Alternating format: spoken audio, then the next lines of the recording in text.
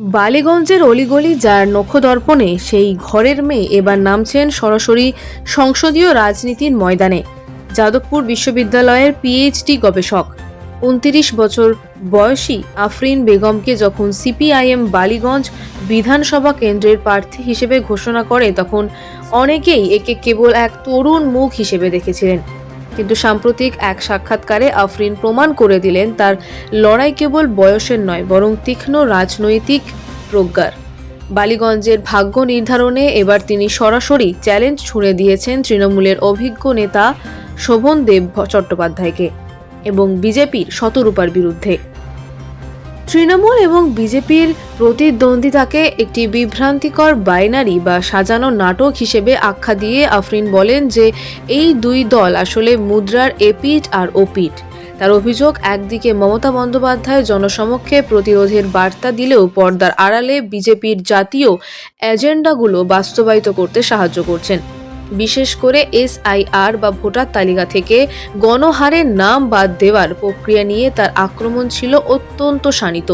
আফরিনের দাবি অনুযায়ী বাংলায় এই প্রক্রিয়ার মাধ্যমে প্রায় ৯০ লক্ষ মানুষকে অধিকারচ্যুত করার ক্ষেত্রে প্রস্তুত করা হয়েছে, যা রাজ্যের শাসক দলের উদাসীনতা ও পরোক্ষ মদত ছাড়া সম্ভব ছিল না। বালিগঞ্জের নিজস্ব রাজনৈতিক সমীকরণ ব্যাখ্যা করতে গিয়ে আফরিন তুলে ধরেন এক চাঞ্চল্যকর পরিসংখ্যান।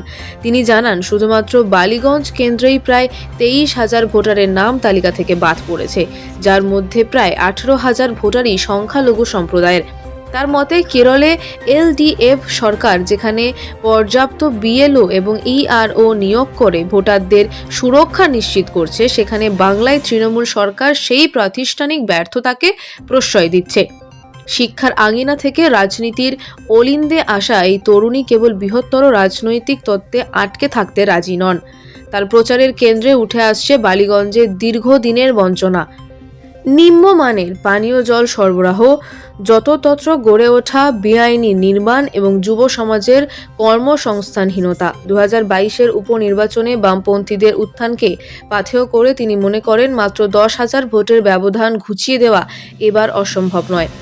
জাতীয় শিক্ষানীতি বা এনইপি নিয়ে নিজের গবেষণার নির্যাস তুলে ধরে তিনি সাফ জানান যে এই নীতি শিক্ষার্থী বা সাধারণ মানুষের স্বার্থে তৈরি হয়নি, বরং এটি শিক্ষার কর্পোরেটকরণ ও গৈরিকীকরণের একটি ধাপ মাত্র। আফরিনের স্পষ্ট বক্তব্য, তৃণমূল যখন দিল্লিতে বিজেপির বিরোধিতা করার দাবি করে তখন রাজ্যসভায় তারা অনেক গুরুত্বপূর্ণ বিল বা নীতির ক্ষেত্রে আদতে সহায়ক ভূমিকা পালন করে। ওয়াকফ বিল বা এনইপি এর মতো বিষয়ে তৃণমূলের অবস্থানকে তিনি দুর্নীতি ও আপোষের রাজনীতি হিসেবেই দেখছেন। বালিগঞ্জের অলিতে গলিতে বেড়ে ওঠা আফরিন বেগম নিজেকে বালিগঞ্জের বেটি হিসেবে পরিচয় দিতেই বেশি স্বচ্ছন্দ বোধ করেন। তার চোখে এই লড়াই কেবল একটি আসন জেতার লড়াই নয়, বরং শাসকের আস্ফালনের মুখে তারুণ্যের অধিকার আদায়ের লড়াই।